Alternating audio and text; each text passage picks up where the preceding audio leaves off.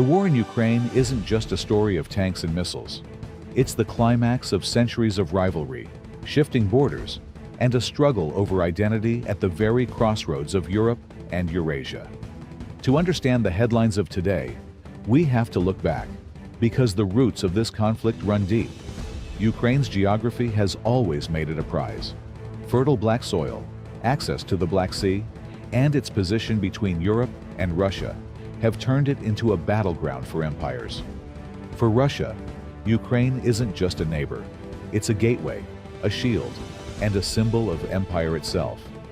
The story begins over 1,000 years ago, in the medieval state of Kievan Rus, where both modern Russians and Ukrainians trace their origins. Centered in Kiev, it became a prosperous hub of trade and Orthodox Christianity. But when the Mongols swept across the steppes in the 13th century, the unity shattered. Over centuries, Ukraine's lands were carved up between Poland, Lithuania, the Austro-Hungarian Empire, and eventually the Russian Empire. Under the Tsars, Ukraine's fertile plains became the breadbasket of Europe, but cultural and political freedom was crushed. Ukrainian language and identity were often suppressed, seen as a threat to Russian dominance. Yet resistance never disappeared. In songs, in literature, in whispered traditions, the idea of an independent Ukraine lived on. The 20th century was brutal. During Stalin's rule, millions of Ukrainians perished in the Holodomor, a man-made famine of the 1930s. Grain was seized to feed the Soviet industrial machine, while entire villages starved. For Ukrainians, this wasn't just tragedy, it was trauma, a searing memory of Moscow's control. World War II brought another wave of devastation. Nazi occupation, mass killings, shifting alliances, Ukraine once again found itself caught between titanic powers. By 1945, it was firmly locked inside the Soviet Union. But even then, nationalist movements simmered underground, crushed brutally by the KGB. Fast forward to the collapse of the Soviet Union in 1991. For the first time in centuries, Ukraine declared independence. Crowds in Kiev filled the streets, waving blue and yellow flags, believing they were finally free to chart their own destiny. But independence came with a question Moscow could never accept. What would Ukraine choose? To remain in Russia's orbit, or to turn toward Europe? Through the 1990s and early 2000s, Ukraine wavered. Corruption, oligarchs, and competing political camps pulled the country in different directions. Some leaders leaned toward the West, promising integration with Europe and NATO. Others tilted back toward Moscow, bound by energy dependence and historical ties. For Russia, Ukraine's westward drift wasn't just politics, it was survival. Losing Ukraine meant losing influence over the Black Sea, over pipelines, over the very dream of a restored Russian Empire. The turning point came in 2014. After months of street protests, known as the Maidan Revolution, a pro-Russian president was ousted in Kiev. For Moscow, this wasn't just a political shift. It was a coup backed by the West, a direct threat on Russia's doorstep. Within weeks, Russian troops, disguised as little green men, seized Crimea. At the same time, armed separatists rose in Ukraine's eastern Donbas region, sparking a war that would smolder for years. This was more than just land grabs. For Vladimir Putin, it was about rewriting history. He argued that Russians and Ukrainians were one people, that Ukraine's independence was an artificial creation of the Soviet collapse. For Ukrainians, it was the opposite, a moment to prove their nationhood, forged in resistance and sacrifice. And so, the stage was set. Ukraine, caught between two worlds, became the front line of a 21st century clash between democracy and authoritarianism, between Europe and Russia, between the past and the future.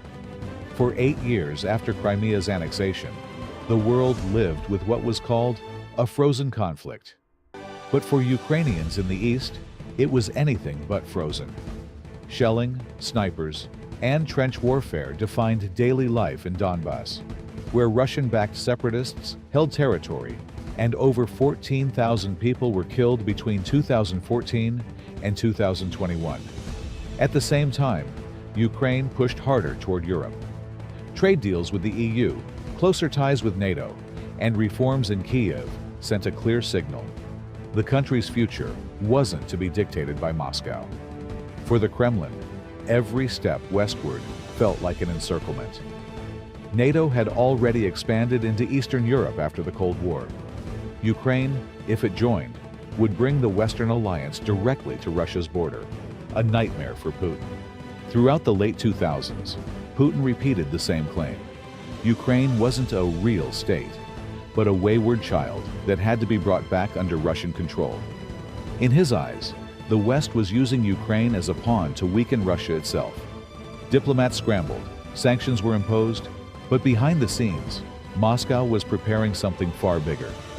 By late 2021, satellite images revealed a massive Russian troop buildup along Ukraine's borders. Tanks, artillery, and soldiers massed in Belarus, Crimea, and Western Russia. Still, many world leaders hoped it was posturing, a show of strength meant to extract concessions. But Ukrainians had lived through too much history to take it lightly. Memories of the Holodomor, Soviet repression, and the annexation of Crimea loomed large. This wasn't paranoia, it was pattern. Then, on February 24, 2022, the nightmare became reality. Before dawn, missiles rained down on Kyiv, Kharkiv, and dozens of other cities. Russian troops surged across the borders. Putin announced a special military operation, vowing to demilitarize and denazify Ukraine, phrases that sounded to the world like propaganda pulled from the Cold War. The Kremlin expected a blitzkrieg, a quick decapitation of the Ukrainian government, the fall of Kyiv in days, and a puppet regime installed to bring Ukraine back into Russia's orbit. But the script collapsed almost immediately. Instead of surrender, Ukrainians resisted. Ordinary citizens filled the streets with Molotov cocktails. Farmers towed away abandoned Russian tanks. And President Volodymyr Zelensky, once dismissed as a comedian turned politician, refused to flee. His words, "I need ammunition, not a ride," became a rallying cry heard across the globe. What Russia thought would be a short war turned into a grinding conflict of attrition. The West, stunned by Ukraine's defiance, responded with unprecedented unity. Billions in weapons, intelligence, and humanitarian aid poured in. Sweeping sanctions targeted Russian banks, oligarchs, and oil exports. Europe, long dependent on Russian gas, began the painful pivot to energy independence. But Moscow wasn't about to back down. The invasion revealed something deeper than military strategy. It exposed Putin's vision of history. To him, the collapse of the Soviet Union was the greatest geopolitical catastrophe of the 20th century. Ukraine's independence wasn't just a political inconvenience. It was proof that the empire had truly died. And that was something he couldn't accept. The war became a proxy battlefield for larger powers. The US and NATO armed Ukraine to push back Russia, while Moscow deepened ties with China, Iran, and other states willing to challenge the Western-led order. Suddenly, Ukraine wasn't just fighting for survival. It was the front line of a global power struggle. And as the months dragged on, one thing became clear. The war was reshaping not only Ukraine and Russia, but the entire world order. Energy markets, global alliances, even food supplies in Africa and the Middle East, all began to shift under the shockwaves of the conflict. As the war ground into its second year, it became clear there would be no quick victory for either side. Russia, despite vast resources, faced heavy losses and international isolation. Ukraine, armed with Western weapons but drained by relentless battles, pushed back but struggled to reclaim all occupied territories. What emerged was a brutal stalemate, fought village by village, trench by trench, with drones, artillery, and missiles shaping a modern war that often looked eerily like World War I. But the conflict has never been just about territory. It's about identity and power. For Ukraine, every destroyed building, and every fallen soldier is part of a larger fight to exist as a sovereign nation, free from Moscow's shadow. For Russia, the war is portrayed as a defensive struggle against the West itself, framed as a battle to preserve Russian strength in a world they claim is rigged by NATO and the United States. Meanwhile, the ripple effects have spread far beyond the battlefield. Global energy markets were thrown into chaos as Europe scrambled to replace Russian oil and gas. Food prices spiked worldwide when Ukraine's grain exports, vital for Africa and the Middle East, were blockaded. The war reshaped alliances, pushing Finland and Sweden to join NATO, while strengthening ties between Moscow and Beijing. Suddenly, the fate of one country became a test of the 21st century world order. Inside Russia, the war tightened Putin's grip. Dissent was crushed, opposition leaders jailed or exiled, and independent media silenced. Yet cracks appeared: economic strain, mass emigration, and whispers of discontent among elites. For Putin, backing down risks humiliation.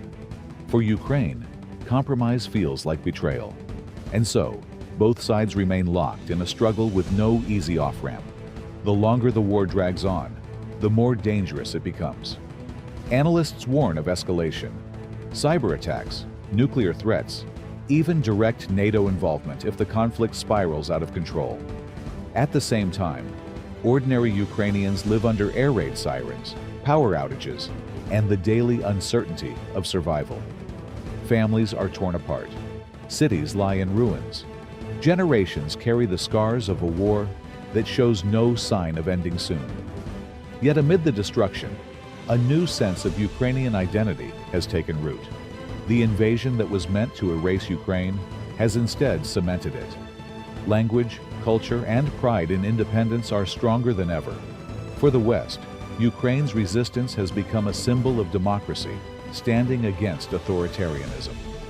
For Russia, the war is cast as an existential fight against encirclement and decline. And so the question remains: what is the real story behind the war? It isn't just about borders on a map. It's about empire and independence, memory and identity, power and survival. Ukraine's fight is centuries old, a struggle at the fault line of East and West, where history collides with the present. The world watches, uncertain of how it will end. Will Ukraine prevail and secure its future in Europe? Will Russia dig in and outlast its enemies? Or will the war reshape the global balance of power in ways no one yet sees coming? One thing is certain: the battle for Ukraine is not just a regional conflict. It is a mirror of our times, a clash of history, ideology, and destiny that will define the 21st century.